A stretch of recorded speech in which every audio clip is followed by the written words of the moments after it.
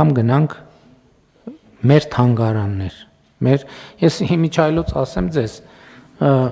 անցած տարի, այդպես մոռացա ճշտեմ, ես ձեզ խնդրել էի, որ չեմ հիշում, ձեզ էի խնդրել Տիկին Բաղդասարյան, հիշեցիք,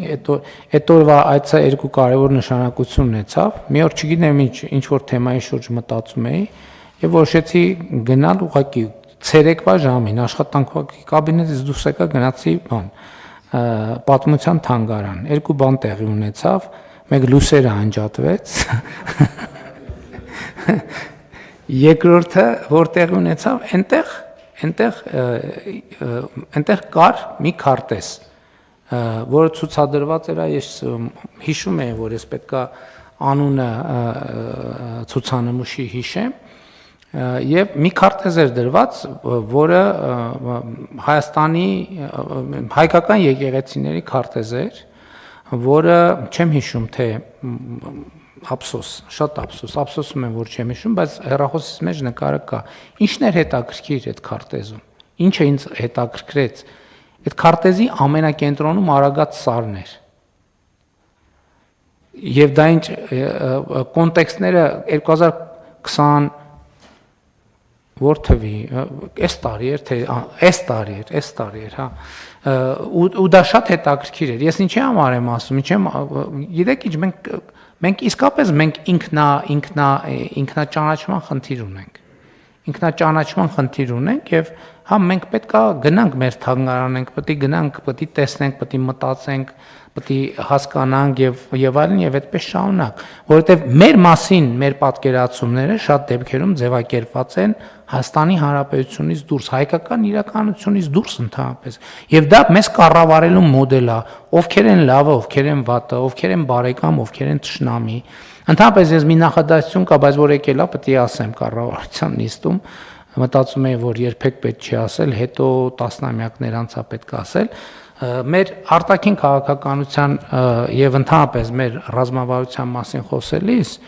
եւ նաեւ միջազգային հարաբերությունների մասին խոսելիս մենք շատ բաներ կա որ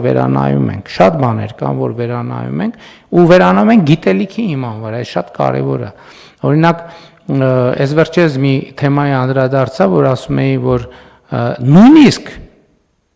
շատ դասագրքային ճշմարտություններ, որոնք ստեղծված են, իրանք ստեղծված են որպես դասագրքային ճշմարտություններ եւ այդպես չի, որ դրանք հենց են, ինչ որ արտահայտում են օբյեկտիվ իրականությունը։ Եվ գիտեք ինչ առիթով ասի, օրինակ դիվանագիտական դասագրքային ճշմարտությունը ասում է հետեւյալը. չկան մշտական բարեկամներ եւ թշնամիներ կամ մշտական շահեր։ Իմ համոզմունքն է, որ դա իրականում ճշմարտությունը թաքցնելուն ուղղված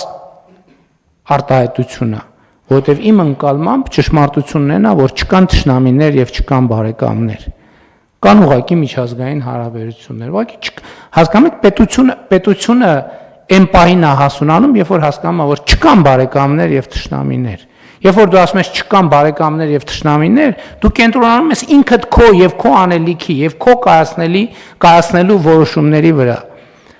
Իսկ երբ որ դու այլ տրամաբանությամբ ես մտածում, դու անդադ մտածում ես ոնց անեմ, թե այն մեկը այս որոշումը կայացնի, այն մեկը այն որոշումը, այն մեկը այն որոշումը, եւ դու ընկնում ես մի թակարդի մեջ, որտեղ քեզ որպես խաղակարդ օգտագործում են, այն մեկը իր համար, այն մեկը իր համար, այն մեկը իր համար, այն մեկը իր համար, եւ բոլորը իրանց համար։ Եվ միակը, որ դու քեզ չես օգտագործում, դու ես, որ դու քեզ համար չես օգտագործում, բոլորը իրանց համար քեզ օգտագործում են, դու քեզ քո համար չես օգտագործում։ Եվ ինչ կապ ուներ թեմայի հետ, այդ թանգարան գնալու օրը տենց մի գործով է զբաղված, ինչ որ մի տեքստ էի գրում, դա բանել եմ արել, ինչ որ ձևով լուսաբանել եմ այդ այցը։ Բայց տենց ուղղակի